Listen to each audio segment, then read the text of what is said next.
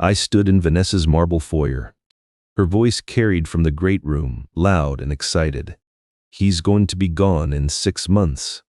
We can finally do the kitchen, the master bath, maybe the pool house. 3 days since they'd heard. 6 to 8 months, Dr. Vasquez had said. Todd's laugh echoed off the high ceilings. 6 months, maybe 8? What's he gonna do with $4 million? We're just helping him simplify. My hand touched the pen clipped to my pocket. Helen's pen. Voice activated, she'd told me when she gave it to me. I'd carried it for years without thinking about it. The marble floors amplified every word. Through the archway, I could see the edge of their white sectional sofa, the massive windows overlooking the backyard. The house smelled of expensive candles, vanilla and sandalwood. Vanessa's voice again. Cameron says we should talk to a financial planner about the timeline. Make sure we're positioned properly. Smart, Todd said. Dad's got no idea how to maximize the estate. All those boring mutual funds. I stood there for another minute. Then I left through the front door, quiet. The pen still recording in my pocket. Love revenge stories. Subscribe and let's explore every day. The ranch house I bought in 1987 for $89,000 still has the same oak cabinets. Same appliances I maintain myself. I started Meriwether Safety Solutions 8 years later, in 1995, with $15,000 in savings. 28 years at Station 7 taught me how to keep people safe. Made sense to build a business around it. Helen died in March 2008, breast cancer. 16 months from diagnosis to the end. She gave me the recording pen 2 weeks before we knew she was sick. Inscribed, "For all your brilliant ideas, love always." Vanessa was 18, Todd 15. I worked 60-hour weeks after that, raising them alone while building the business into something that mattered. Rita Chen joined as partner in 2004, former Station 7 firefighter who understood the work. By then, we'd grown enough to need her expertise. James Kirkwood structured my irrevocable trust in 2003. Marine JAG officer turned estate attorney. Met him through the Veterans Business Network. He built protections I didn't think I'd need. The business generated $380,000 last year. Assets total $1.7 million. My net worth, $4.3 million. I pay myself $85,000 a year. Drive the same trucks I've maintained for over a decade. Wear the same Carhartt work pants and flannel shirts. Helen's recording pen usually sits in a memorial case in my workshop. The garage I converted after she died. Fire call journals fill the shelves. 28 years of entries. Every call, every outcome, every lesson learned. Rita called about the quarterly numbers. Business is solid. Succession plan is clean. Everything documented. Dr. Vasquez scheduled my routine cardiac checkup for Thursday. Same appointment I've kept twice a year since Helen died. Elena's good people. Her father was a firefighter at Station 12, died 3 months before retirement. I sat in my workshop that night, surrounded by journals and Helen's memory. Built everything from nothing. Raised 2 kids alone. Kept the same modest life despite the millions. Never thought I'd need to protect what I built for my own children. 18 months ago, I sat in Vanessa's living room while her contractor walked her through the kitchen renovation, quote, $340,000 for new cabinets, countertops, appliances. That's more than your father's entire house is worth, Cameron said. He wasn't talking to me, he was talking about me. Maybe you should ask Daddy. Vanessa's face flushed. She looked at the quote, then at me, then away. That's when she started researching estate planning. Todd arrived at the warehouse in March with his latest pitch. Meal prep app, subscription-based. He had a PowerPoint on his phone. "The market's primed for disruption," he said. "I just need runway capital. 50,000 gets me to beta." What happened to the influencer marketing agency? That was a learning experience. This is different. I've got a technical co-founder now. I wrote the check, told myself it was an investment in my son. The app never launched. The co-founder was a guy from his gym. Before that, craft beer subscription box in 2015, blockchain consulting from 2017 to 2018, influencer marketing agency that folded in 2020, $180,000 in loans. Not one payment returned. His crypto wallets hold 47,000 in losses he describes as long-term investments. At Christmas dinner, Vanessa reached across the table and moved my salad fork. "Outside fork first, Dad?"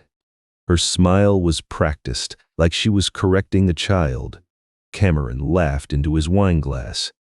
Family dinners where she corrected my table manners. Staged photo sessions where my flannel doesn't fit the aesthetic. Comments about my shoebox accounting delivered with that practiced smile. Todd's warehouse visits became money requests disguised as opportunities. "Ground floor, Dad? Just need runway capital." I kept writing checks, kept attending dinners where they treated me like decoration, kept believing this was temporary. James found the manila folder during the meeting they scheduled. Left behind in his conference room after they left, printed research on estate tax strategies. Gifting limits, trust structures. Vanessa's handwritten notes in purple ink, maximizing pre-death transfers, dated 18 months back. Their coordinated emails sat in the folder too. Subject line: emergency meeting about Dad's finances. Todd's reply: unified front. Don't let him deflect. They'd been planning this for a year and a half. The 340,000 kitchen quote. The 47,000 I'd lent Vanessa over 3 years for temporary cash flow issues. Todd's 180,000 in startup funding. All of it documented. All of it adding up to a pattern I'd tried not to see. James showed me the security footage later. Vanessa and Todd arrived at 30 minutes early. Sat in the lobby reviewing documents. Vanessa coaching Todd, pointing at papers, making eye contact, nodding. Rehearsing, conference room 14B. 14th floor, floor-to-ceiling windows, mahogany table that seats 12. My Carhartt work pants looked wrong against the leather chairs. James sat at the head of the table, Marine Corps ring visible, taking notes. Vanessa opened the folder before her. "Dad, we need to talk about tax implications. Estate taxes could consume 40% of your assets." "I have an estate attorney." I nodded toward James. "But do you have a modern strategy?" Todd leaned forward. "We're talking about paradigm shifts in wealth transfer. Maximizing asset efficiency. We've researched the optimal gifting structures," Vanessa said. "Annual exclusions, generation-skipping transfers. What's the amount?" I asked. She paused. "Strategic. We'd need to review the full portfolio, but initial transfers of 200,000 per year would. Per year. It's about smart planning." Her voice softened. "You know what Mom would want. She'd want her legacy maximized, not sitting in boring mutual funds earning whatever pittance they're earning." Todd nodded. "I've taken risks in business, built things. I just need the runway you had." My recording pen captured every word. I let them finish. Watched James's pen stop moving. He looked from Vanessa to Todd, then back to the printed materials they'd brought. His jaw tightened. "You can tell me what you think I should do with my money, Vanessa. That's your right as my daughter.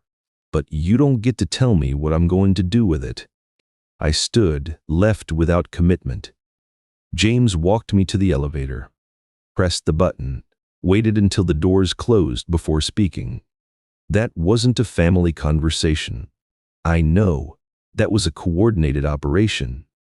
They've been planning this. The elevator descended. James's reflection in the steel doors showed his Marine tactical face. How long? I asked. Based on their research depth, at least a year, probably longer. After they left, James found the manila folder they'd forgotten. 18 months of research, Vanessa's purple ink notes about maximizing pre-death transfers. The coordinated emails scheduling this emergency meeting to present a unified front. 3 days after the meeting, Dr. Vasquez called. Hank, I need you to come to my office. Now. Her consultation room overlooks the hospital helipad. Her father's firefighter helmet sits on the memorial shelf behind her desk. Station 12, killed in a warehouse fire 3 months before retirement. She understood what terminal meant to a first responder family. Advanced cardiomyopathy, based on your lab results, 6 to 8 months. I pulled out my pocket notebook, wrote it down. What about business transition? Getting affairs in order? Elena walked me through treatment limitations, timeline, quality of life considerations.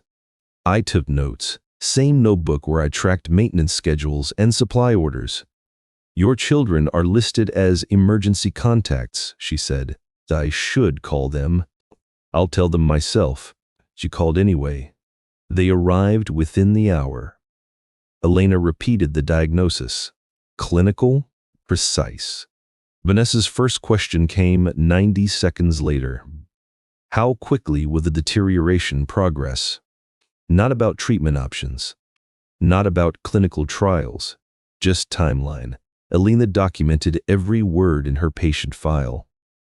That evening, I drove to Vanessa's McMansion, unannounced, stood in the marble foyer while their voices carried through the high ceilings. He's going to be gone in 6 months. We can finally do the kitchen, the master bath, maybe the pool house. Todd's response, what's he gonna do with $4 million in 6 months? We're just helping him simplify. Laughter echoed off the marble.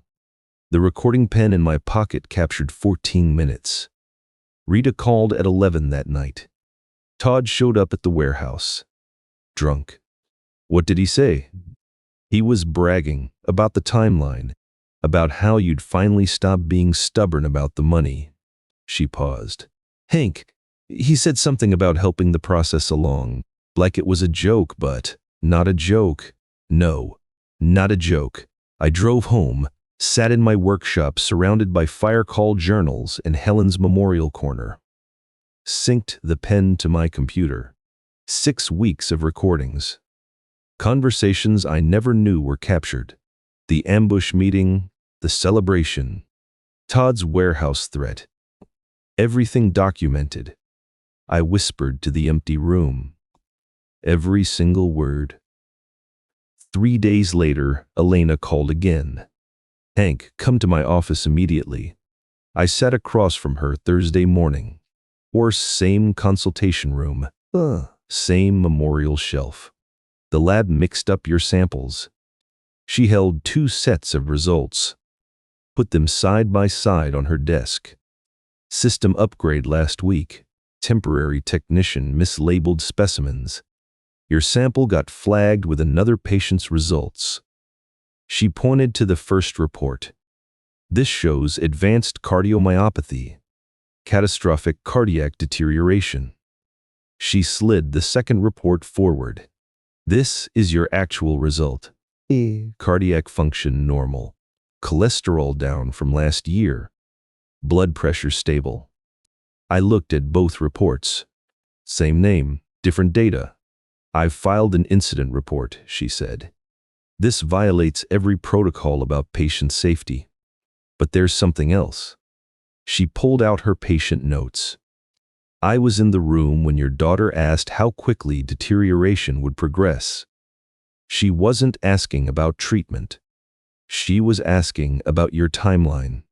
I documented every word. I played her the 14 recordings. The celebration, the timeline discussions. Then I told her about Todd's warehouse threat. Her expression hardened. After the 14th recording finished, Elena sat back. "Mr. Meriwether, I need to ask you something directly." "Go ahead. Do you feel safe around your son?" The question hung in the air.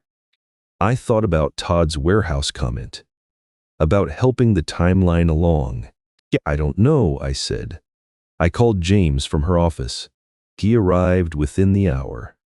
Listened to all 14 recordings. His marine tactical mind cataloging evidence. Security footage from his building showing Vanessa and Todd's coordinated arrival. The manila folder proving 18-month planning. Rita's testimony about Todd's warehouse threat. Elena's medical documentation of Vanessa's timeline focus. "This is conspiracy to exploit incapacity," James said. "Potentially worse." Todd's comment about helping the timeline could support criminal charges. He pulled out his legal pad, started building the case. "Now, we document everything, build it airtight, then we dismantle them legally." 200 people in the Station 7 Memorial Plaza.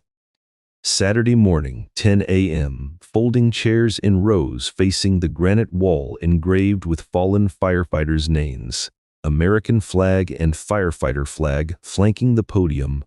I wore my dress uniform for the first time in years. Navy blue with badge and commendations. The recording pen clipped to my pocket, visible to the front rows.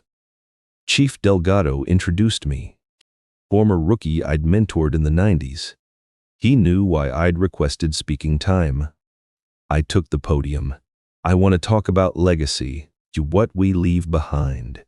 What we build versus what we're owed." Started with the 3 fallen firefighters being honored. Brothers who gave everything. Then I pivoted. 5 days ago, my doctor told me I had 6 to 8 months to live. Advanced cardiomyopathy. My children received the news as emergency contacts. Vanessa sat in the 3rd row, black dress, perfect hair, practiced smile freezing. This is what they said when they thought I couldn't hear. I pulled out my phone, connected it to the podium's speaker system. 30 seconds. Vanessa's voice clear and excited. "He's going to be gone in 6 months. We can finally do the kitchen, the master bath, maybe the pool house." Todd's laugh. 6 months, maybe 8. What's he gonna do with $4 million? We're just helping him simplify. I let it play, didn't add commentary, didn't need to. People gasped. The sound spread through the rows of folding chairs. I found Vanessa in the 3rd row. Her practiced smile had frozen. Then my doctor called again. Lab mixed up my samples. "I'm not dying, but this pen my wife gave me before she died, it recorded every word for 6 weeks. I detailed the irrevocable trust changes. Vanessa and Todd disinherited for exploitation. $3.2 million redirected to the Meriwether First Responder Foundation. Scholarships for children of fallen firefighters. Rita Chen, Chief Delgado, and James Kirkwood as trustees. Their debts, $180,000 for Todd, $47,000 for Vanessa. 18 months of planning. Security footage proving coordination. Vanessa stood, tried to walk out. The rows of firefighters didn't move. She had to say, "Excuse me," 4 times, pushing past shoulders that didn't quite shift fast enough. Todd followed. Someone in the back row said something I didn't catch. Todd's face went red. They made it to the parking lot. I heard Cameron's BMW start up. Chief Delgado stepped to the podium. "Let's take a moment to honor why we're here today." He read the 3 names on the memorial wall. The ceremony continued. Cameron filed for divorce within 48 hours. Reputational damage to the family name. Vanessa's real estate broker suggested indefinite leave after the recordings circulated through town. Todd faced investor lawsuit for $35,000. Potential criminal investigation into his timeline comment. If you're rooting for me, show it with a like and a comment. 6 months later, same garage workshop. Same oak workbench from 1987. The Meriwether First Responder Foundation awarded its first scholarships in August. 5 recipients. 85,000 total. Jessica Martinez, 17. Father killed in a warehouse collapse, Station 9, 2 years ago. Full ride to State University, Fire Science Program. David Chen, 19. Mother was an EMT, died responding to a highway accident. Paramedic Certification Program. 3 others. All children of first responders who gave everything. Rita leads Meriwether Safety Solutions now. Profit up 12%. 3 new fire department contracts. They chose us because of my public stand on values. Elena's testimony about the lab error improved hospital protocols, prevents future mix-ups. She still treats my routine cardiac care. Numbers better than ever. James uses the case in his estate planning seminars, teaching example about protecting assets from family exploitation. Vanessa's divorce finalized a few months later. Cameron kept the McMansion, the works retail now. Saw her name tag at the mall recently when I was buying work boots. Studio apartment on the east side. The $340,000 kitchen renovation never happened. Todd declared bankruptcy shortly after. Moved back to his college town. Best Buy again, same store where he worked during sophomore year. His crypto wallets, worthless. His entrepreneur identity, gone. Neither has contacted me since the ceremony. I don't expect them to. Marcus Sullivan sent an apologetic message.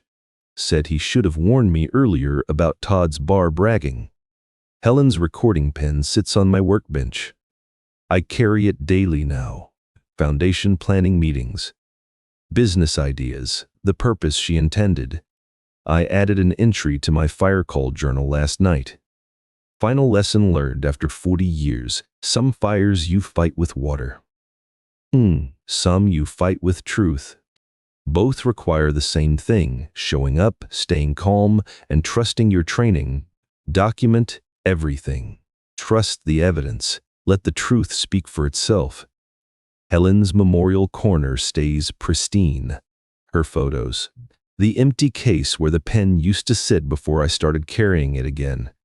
Building something new. Something that couldn't be stolen or betrayed. Something that was just mine.